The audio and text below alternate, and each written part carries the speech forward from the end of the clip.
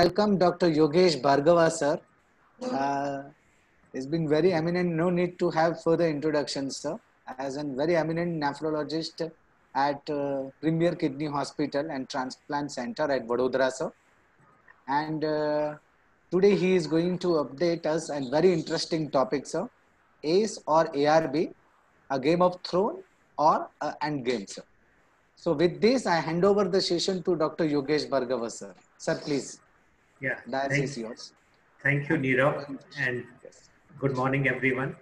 I thank you all for joining me in this early morning session on a Sunday, and I thank JB Chemicals for providing this platform. Right, sir. I hope that I'm audible to everyone. Yes, sir. It's very well audible, sir. Right. So today the topic is otherwise quite simple, so that not to bore you or bombard you with many datas and statistics, but it's a very simple thing because we know hypertension is so common, the prevalence being almost 24 to 30% in our country, and it is associated with so many comorbidities. Commonly of importance is the cardiovascular and the renal comorbidity. And whenever we think of hypertension with this comorbidities, the first thing or the king of this game is the RAS blockade or the ACE and the ARBs. But many a times we find situations difficult where we want to use ACE inhibitor and ARB, but we are not able to. And there are situations even we don't know whether to use them or not to use them. So whether there is and with the advancing CKD, whether there is a end to this game of ACE inhibitor and ARB, the things are not clear. So in the next few slides, I'll go through whatever data and statistics and literature is available on this and try to clarify the matter. The next slide, please.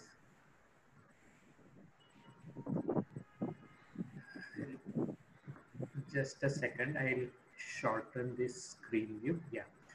Okay.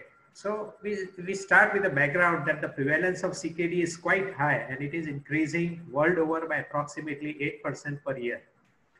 CKD, as you all know, is a progressive disease and there is no known cure for it. You have to either go for a dialysis or a transplant. And life with CKD is of a very poor quality. Moreover, as I mentioned, CKD is associated with a very high prevalence of hypertension and cardiovascular disease. And whenever a CKD is associated with proteinuric illness, the outcome is still worse. And currently, the measures to slow the progression of CKD are the areas of interest. Next, please. So when we look at what are the areas where CKD can be prevented, we have dietary intervention, blood pressure control, glycemic control, the SGLT2 inhibitors now, RAS blockade, which is going to be the area of interest of today's talk, reducing proteinuria, correction of metabolic acidosis, controlling episodes of AKI, avoiding tobacco, avoiding nephrotoxic agents, measures which are specific for underlying causative disease. So you see there are so many interventions we have to do. So CKD is not a single disease, but it's a conglomeration of many diseases, many pathophysiological process. And that is the main reason why CKD keeps on progressing despite so much effort. Next, please. And that is why some strategies which are proven to retard the progression of CKD are undertaken right from the beginning. In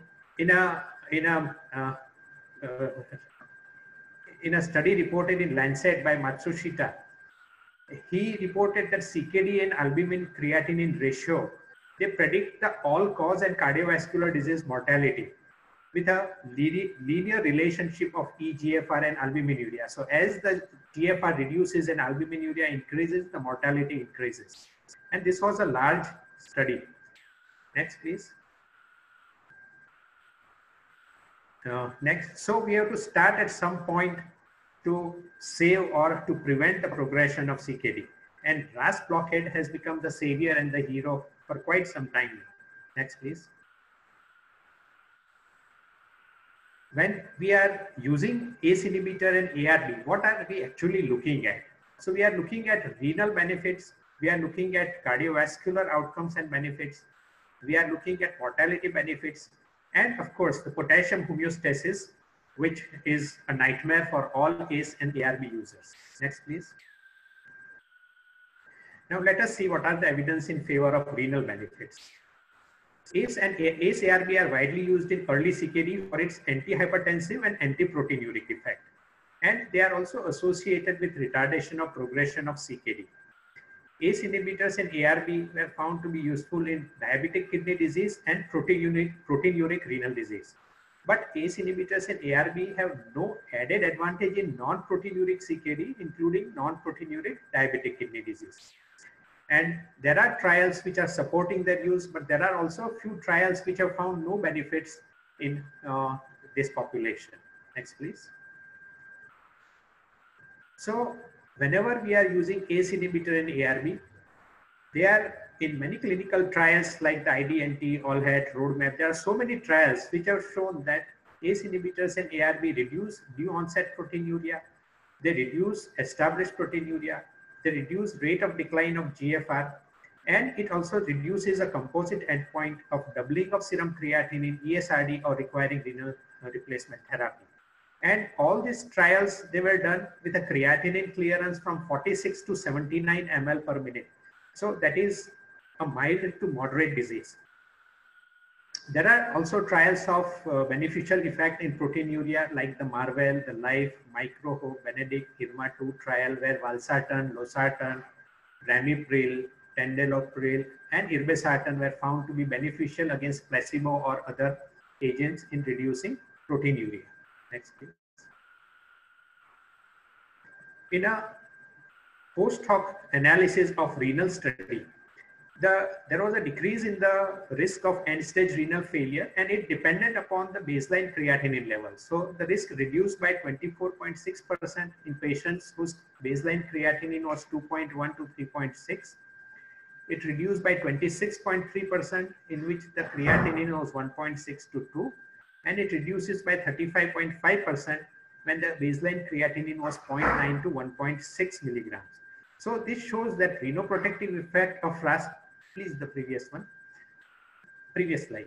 The renoprotective effect of RAS blockade is highest with lower serum creatinine, but it also extends to a serum creatinine more than 2 milligrams. Next, please. A Cochrane review of almost 49 studies which included 12,000 patients with diabetic nephropathy.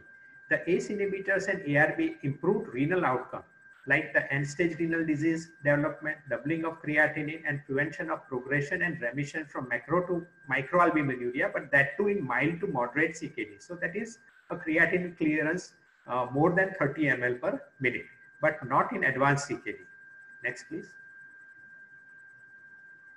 So in conclusion, I can say that ACE inhibitors and ARB, they have a renoprotective effect seen only for proteinuric, diabetic or non-diabetic kidney disease with mild to moderate renal failure and not with severe renal failure. Next, please. Now let us look at what are the cardiovascular benefits, because many times in hypertension, CVD is present, as well as in patients with CKD, CVD is present in quite a significant number of patients. So we have to look at the cardiovascular benefits as well. The cardiovascular benefits show that they reduce morbidity and mortality in heart failure as seen in CHARM, VALHAVT, CONSESUS, SALT, ATLAS trial. And the cardiovascular events is also reduced in high-risk patients, which is seen in HOPE, VALHAVT, and SALT trial. But if we look closely to this trial, many of the patients with the serum creatinine more than 3 were excluded. So again, severe CKD patients were excluded from that trial. So whatever evidence we have is from mild to moderate CKD patients. Next, please. This was a meta-analysis which was published in JAMA of 23 trials of type 1 and type 2 diabetes, of which almost 32,000 patients were on ACE inhibitors and 23,000 patients on ARB. The renal status was not well defined, and the cardiovascular benefits were seen more with ACE inhibitors, which reduce overall mortality, which reduces cardiovascular deaths, it reduced major cardiovascular events, myocardial infarction, and heart failure. but ARBs did not show such benefits as ACE inhibitors. Next, please. So again, in conclusion, the ACE inhibitors and ARB are associated with improved cardiovascular outcomes with or without CKD, but this beneficial effect is not seen in patients with advanced CKD, or the data is still not available for eGFR less than 30 ml per minute. Next, please. Now, next important thing about ACE inhibitors and ARB is whether they impact the mortality as well. Next, please. So if we look at the mortality risk in those patients who have CKD and cardiovascular disease, this was a very large study published in population in Taiwan. It included more than 4.5 lakh individuals, and those who had a CKD had a 83% higher all-cause mortality with a hazard ratio of 1.83, and those with cardiovascular disease had a mortality which was 100% higher than the general population with a hazard ratio of 2. So presence of CKD and CVD increases the mortality in to a significant extent. Next, please. So when we are using ACE inhibitor and ARB, obviously we would be looking whether they reduce the mortality in these patients. Now, if we look at the analysis of APRI trial, in which benazepril was used, but the benazepril use was associated with a higher mortality, that was 1 per 93 patient year in mild to moderate CKD of varied etiology as compared to placebo. So again, this was a very surprising, and the authors explained that probably it was due to some cardiac events and they had not analyzed those data. And most of the other studies such as the RENAL, the IDNT, the RAIN trial, they also failed to show any significant mortality benefit with ACE inhibitor and ARB. Next, please. In patients with heart failure, this was a prospective study reported in American Heart Journal of almost 6,400 ambulatory patients with ischemic heart failure, and those who were treated with ACE inhibitor, and they did show a significant mortality benefit in patients with a creatinine clearance which was more than 60 ml per minute, but not in patients with creatinine clearance less than 60. So again, in mild CKD, there was a beneficial effect in heart failure. Next, please.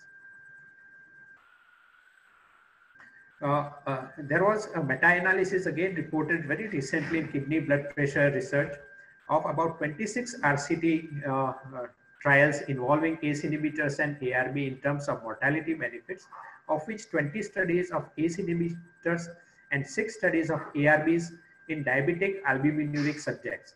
And as compared to placebo, the RAS blocker treatment had no significant influence on the risk of all-cause mortality with an odds ratio of almost 1.02. So it is like close to placebo. So no real mortality benefits were seen. Next, please. So if we have to conclude about mortality benefits, there is no real impact seen in CKD-related mortality, and heart failure-related mortality benefits were only seen in mild CKD patients. Thus, we don't see too significant mortality benefits with the use of ACE inhibitors and ARB. Next, please. Then the fourth thing which I mentioned was hyperkalemia, which is a nightmare for everyone. Next, please. There is always a high lurking danger of hyperkalemia, especially in patients with CKD. And this risk increases as the GFR falls. Next, please. In fact, the two studies, RENAL and IDNT in CKD patients, showed that hyperkalemia was present, like the potassium more than 5 milliequivalent in almost 38% of patients, and a potassium of more than 5.5 milliequivalent in almost 11% of patients. While in the IDNT trial, again, more than 6 milliequivalent potassium was present in 18.6% of patients. So a really very high potassium hyperkalemia rate, and this could be really dangerous. Next, please. In fact, in many trials, the drugs could not be initiated because of the presence of hyperkalemia in almost 13.8% of the patient, and in ongoing trials, 66.6% of the patient had to discontinue ACE inhibitor or ARB because of hyperkalemia. Next, please. So with these pros and cons, let us see what are the other side of the story of ACE inhibitors and ARB. Next, please.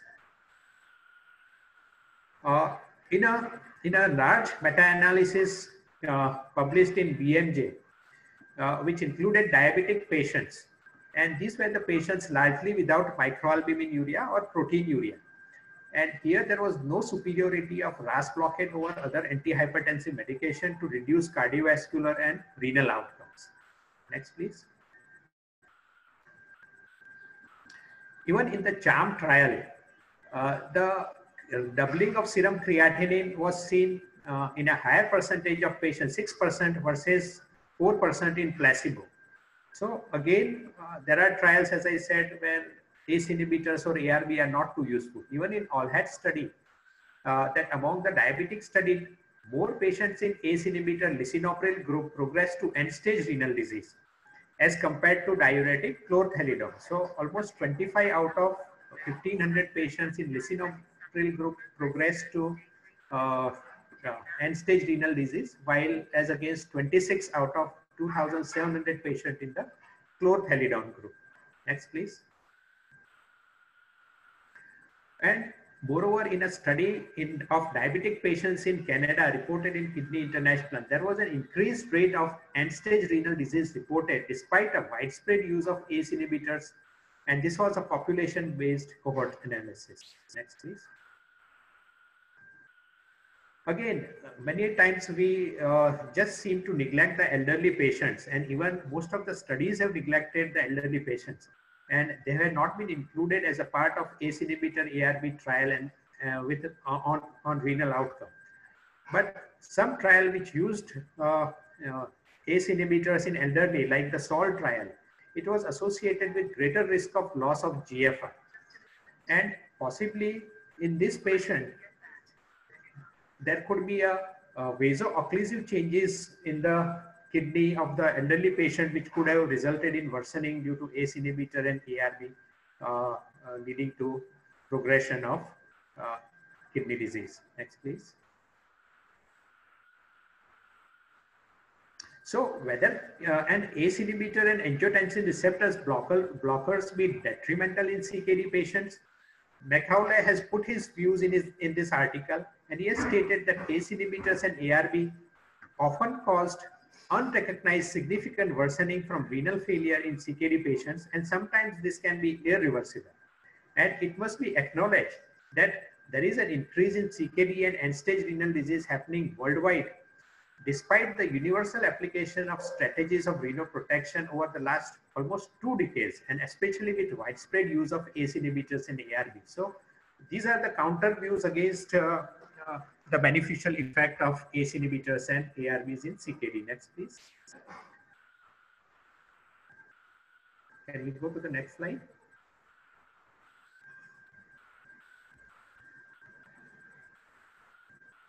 Moreover, ACE inhibitors, ARBs are associated with increasing incidences of AKI, and these are more common if patient is taking ACE inhibitor and ARB and has developed some infectious complication.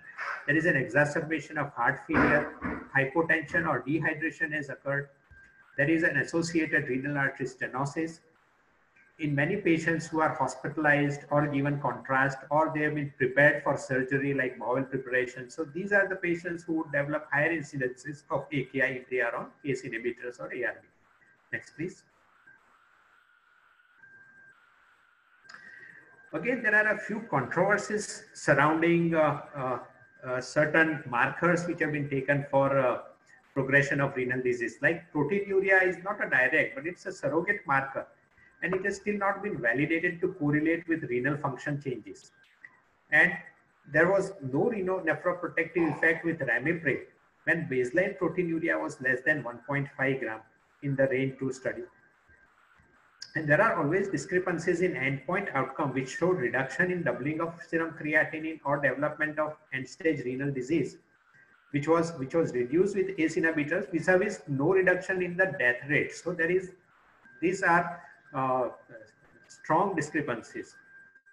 And as I mentioned, hyperkalemia resulted in a high trial drug discontinuation rate. And moreover, escalating doses of ACE inhibitors or ARB or doing a total RAS blockade resulted in a worsening of renal parameters in many patients, especially the elderly. Next, please. So we again look at how the cardiovascular effect are regulated by ACE inhibitor ARB in CKD patients. Next, please. So in advanced CKD, the cardiovascular disease keeps on increasing with a fall in GFR. And there are other factors which are added besides hypertension, such as anemia, fluid overload, rise in FGF23, mineral bone disease, oxidative stress, inflammation, etc., which tend to increase the cardiovascular disease risk. And despite all this, there is still a tendency to continue with ACE inhibitor and ARB for cardiovascular disease benefits, though there is no data to support its use in advanced CKD, because most of the trial, as I said, were up to 30 ml of GFR. So beyond that, in stage 4 or stage 5 CKD, we still don't have any answer. Next, please. So there is a possibility that RAS blockade may not be beneficial in heart failure in this patient with advanced CKD. Neither is there any evidence that discontinuing RAS inhibitors in patients with advanced CKD, that is stage 4 and 5, with heart failure is beneficial or hazardous. And as I had mentioned, most of the trials had excluded patients with a serum creatinine of more than 3. So this is still a gray zone for all of us. Next, please. Even the ESC/ACC guidelines have recommended caution with the use of ACE inhibitors and ARB for patients with heart failure and advanced CKD. So that is stage 4 and 5 CKD. Next, please. So whether at a advanced CKD, we are looking for the end of this game for ACE inhibitors and ARB. Next, please. Especially when new game changers like the SGLT2 inhibitors, which have recently joined the fray of improving the cardiovascular and CKD outcome. We'll not be touching SGLT2 inhibitors because current topic is based on ACE inhibitor and ARB. So if we try to look whether if we stop ACE inhibitors and ARB, does it give some benefit in advanced CKD? The answer is yes. The ACE inhibitor and ARB blockage, if you discontinue them, then sometimes the glomerular autoregulation may be restored. And this may result in a minimal improvement in GFR, which can really help to delay the initiation of RRT. And this would be a great boon for patients who are nearing a renal replacement therapy. There are some physiological role of angiotensin II. Angiotensin II is not always the bad boy, but it also has some beneficial role, especially in glomerular and tubular transport mechanisms, healing and repair. So this may also get re-established if you discontinue RAS blockade. Discontinuing also helps to prevent episodes of AKI during sepsis and other intercurrent illness, which otherwise would have tilted the balance towards initiation of long-term dialysis in advanced CKD patients. And episodes of hyperkalemia would also reduce if you discontinue RAS blockade. Next, please. In fact, a trial reported in nephrology dialysis transplant, there was a sustained increase in eGFR from 16 to 26 ml per minute in 52 patients with a mean age of 73. So elderly patients, they following the discontinuation of ACE and or ARB. So this was a significant improvement in the GFR. Next, please. So there are still a lot of questions which still remain unanswered, especially like which cohort of CKD would benefit from ACE inhibitor ARB use. So whether it is all CKD patients or CKD with proteinuria or diabetic proteinuric patients or even normotensive patients with proteinuria, we still don't have an answer. The second most important question is when to stop ACE inhibitor and ARB. It is easy to start something, but to stop something is extremely difficult. And as I said, in stage 4 and 5 CKD, we don't really have good answers to these questions. But at least there are some points where we can stop ACE inhibitor and ARB. We'll come to that a little later. And does small improvement in GFR on discontinuation of RAS blockade vis-a-vis loss of cardiovascular benefit, which we still don't know whether we are gaining or losing cardiovascular benefit if we discontinue RAS blockade. Does this effect translate into better outcome in advanced CKD? The answer is not available as yet. Next, please. So when we really want to still say that ACE inhibitors, yes, ACE inhibitors and ARBs are still the true avengers. We find this that ACE inhibitors and ARB are useful in proteinuric renal disease with or without diabetes with mild to moderate CKD. So up to 30 ml eGFR. ACE inhibitors are also useful in heart failure with mild to moderate CKD. Discontinuation of RAS blockade can reduce the incidence of AKI, and this would help in preserving the GFR for a longer period. Discontinuing ACE inhibitor and ARB should be done if there is a, see, these are the points where we have to discontinue ACE when we are using ACE inhibitor ARB. So if the creatinine rises more than 30% of baseline after initiating ACE inhibitor and ARB, we should discontinue them. We should also discontinue ACE inhibitor and ARB if the potassium goes more than 6 milliequivalent on treatment, and we should not start ACE inhibitor ARB if the serum potassium is more than 5 before starting the treatment. And ACE inhibitor ARB should be discontinued whenever there is an hypotension or worsening heart failure or some intercurrent infection before using contrast. All those events I mentioned in patients who develop AKI while on RAS blockers. And whenever we use RAS blockers, we should use it very cautiously in the frail or the elderly patients because they may have vaso-occlusive renal disease and they may have a worsening, rapid worsening of eGFR. Next, please. So in fact, to find answers to such questions, there is a STOP ACE inhibitor trial which is ongoing, and it has recruited patients in stage 4 and 5. And in this patient, they are trying to find out whether stopping ACE inhibitors and ARB leads to any detrimental effect on the cardiovascular outcome or a beneficial effect on the CKD outcome. Once these results are out, we would get a more clear indication of what we should do in stage 4 and 5 CKD. Next, please. The current epidemic also brings about some controversies in ACE inhibitors and ARB. And we know that SARS-CoV-2 virus enters the cells through ACE2 receptors. And ACE2 receptor is the one which degrades angiotensin 2 to angiotensin 1,7 peptide. Now this angiotensin 1,7 peptide, it acts as a counter-regulatory peptide to angiotensin 2 and opposes many of the effects of angiotensin 2. So it is a beneficial counter-regulatory mechanism.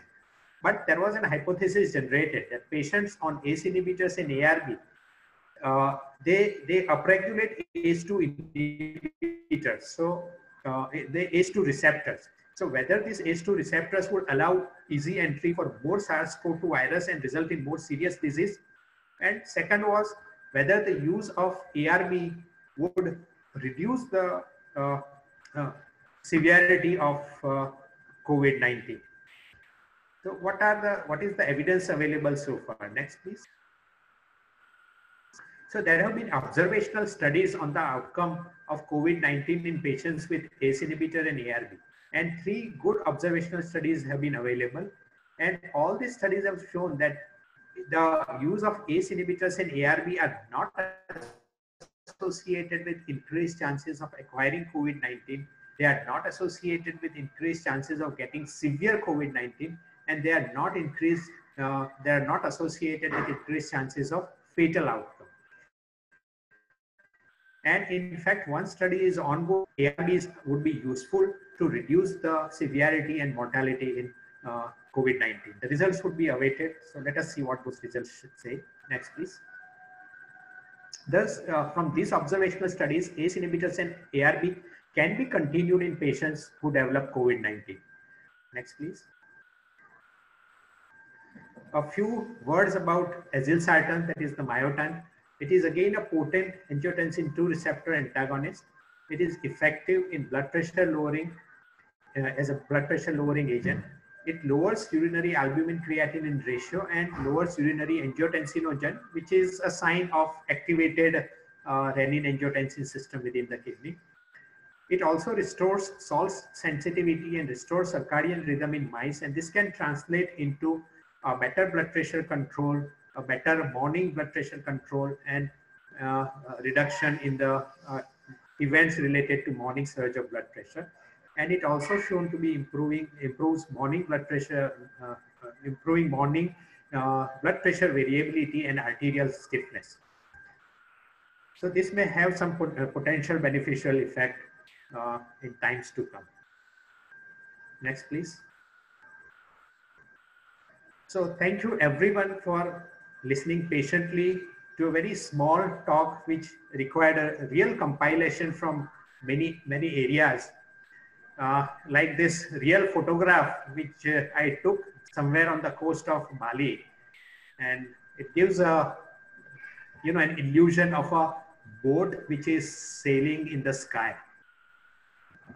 So let us hope this comes true and we have good reason to continue ACE inhibitor and ARB and get cardiovascular and CKD benefits for a long time to come. Thank you.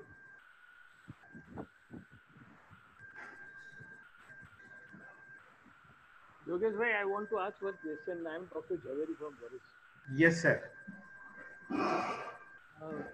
Suppose the adult patient with diabetes, patient is on ACE and ARB, creatinine is normal, and this patient develop first time during saying that his eGFR is bit low than normal.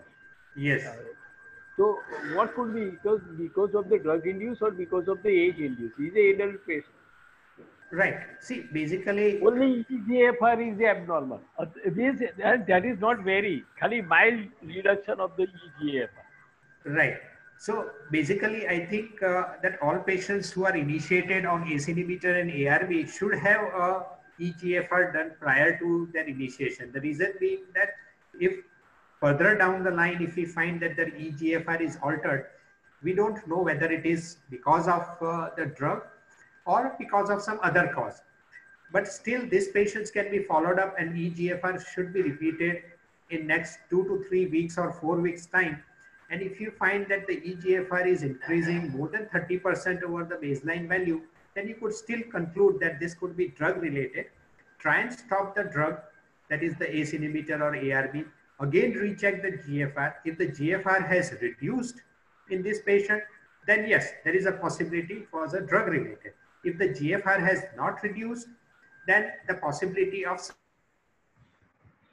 other drug, some other cause would be there. Again, in this patient, I would still advise to re-challenge. If the GFR reduces after stopping the drug, re-challenge them with a ACE inhibitor or an ARB, which the patient was previously taking, or a different ACE inhibitor ARB. And if after that the GFR again worsens more than 30%, then you are sure that this is drug related to ACE inhibitor ARB and not because of any other cause.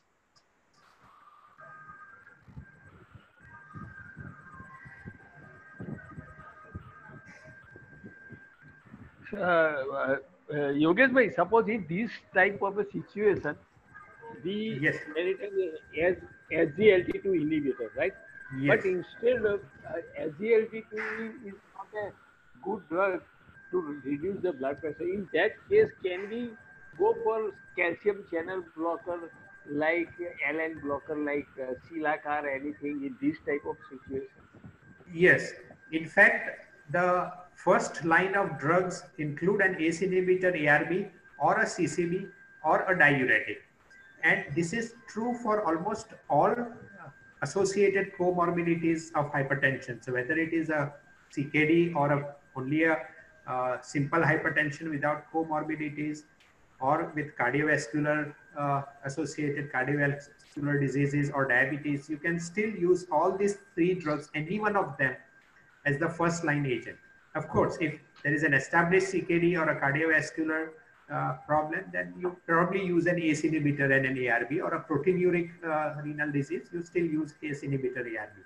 But CCB would always form as the first line agent, and you can initiate them as the first drug instead of ACE inhibitor and ARB, and add the other drug later on. Of course, if the patient is from a African or a Caribbean origin, then CCB are the drug of choice as the first line. What is your opinion of the canagliflozin? See, canagliflozin has given the Credence trial and the Canvas trial has shown remarkable benefits in terms of cardiovascular outcome and renal outcome, and this was over and above the standard of care. So that means that these benefits have been extended over and above what could be maximally achieved so far. So these drugs are extremely good. They hold a good potential. Only thing with canagliflozin, there are reports of genital infection, severe genital infection, especially fungal, and there are reports of increased hip fracture, which should always be looked for. So apart from that, I think they have a good potential and outcome. Okay. Thank you very much, sir. Thank you so much. Yeah, good Yes, morning. Dr. Naresh. Yeah. Morning. How are you? Yeah, I'm good. How are you? Excellent talk. Thank you very much. Thank you so much. Now, I just want your suggestion on the imaginary thing. Say a patient is having a mild renal dysfunction, and you would put him on ARB or ACE. And how long would you wait for reviewing whether your ACE and ARB is not damaging further? Secondly, would that damage be reversible or would it be permanent? See, many times what happens, we start an ACE or ARB in a mild bad renal function, and then you land with something which is reversible or irreversible. Right. So basically, to begin answering your question, the first part, generally I do a potassium and a creatinine level at the baseline and after 2 weeks. So at the end of 14 days, a 30% rise in creatinine would caution me that no, this ACE inhibitor ARB may not be beneficial, or it may be harming the patient. So most of the time in initial phase, if you stop ACE inhibitor and ARB, the majority of the renal functions are reversible. Even on a long-term basis, if you discontinue ARB, like the one study which I mentioned in the elderly, where the patients who are on long-term ACE inhibitor ARB, the GFR improved from 16.6 to 26, suggests that there is a potential, a good potential of the reversibility of stopping ACE inhibitor and ARB. And at any point of time, I think you can stop it and look at the outcome. If the GFR doesn't increase, commonly it may be because of some other underlying cause, and it may not have been related to the ACE inhibitor or ARB at all. Excellent. See, the reason is that patients and many times the treating physician, they stick to a product when they find that BP is normal, and they forget to check the creatinine, and then they land with a real, when someone else does the creatinine, it is so high that you have nothing more to offer to the patient.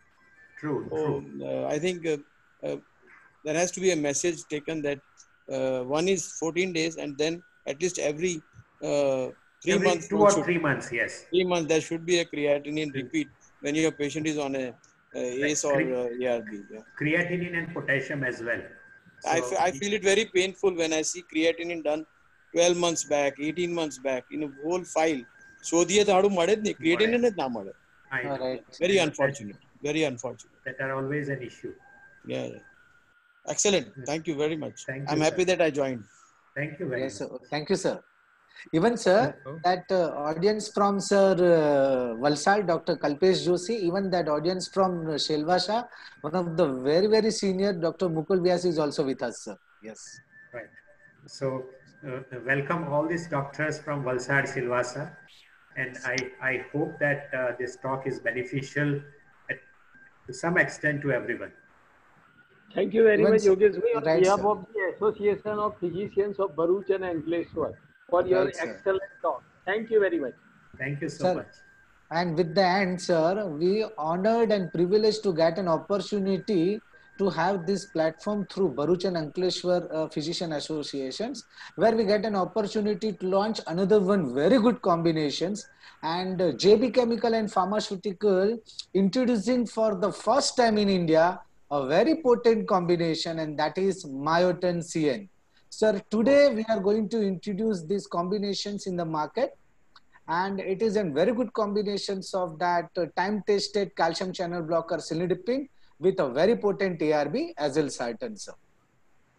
The goods is available in the markets, and sir, yes, you will definitely get it, sir. So once again, thank you very much to share this platform with us, and even in future, sir, I we wish hope that, all, right, sir,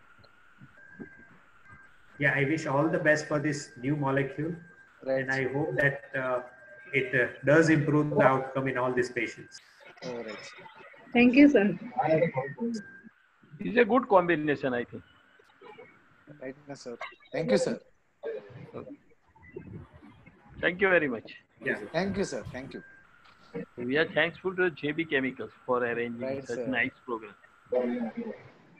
right Okay. Sir સાહેબ એમ જોવા જઈએ તો ભરૂચ અને અંકલેશ્વર તો સાહેબ કંપનીની કર્મભૂમિ હતી સાહેબ અને છે સાહેબ હતી કેમ કો છે હજી છે સર યસ યસ સર કર્મભૂમિ અને- છે સાહેબ અમારી અને વીસ કે તમે બીજા આવા પ્રોગ્રામ એરેન્જ કરો academic that will be support. Right sir please but Thank you once very again thank you very much sir please have a nice day sir Thank you all. Thank you sir thank you Yogesh sir please Thank you. Thank you. Have a nice day sir Thanks everyone.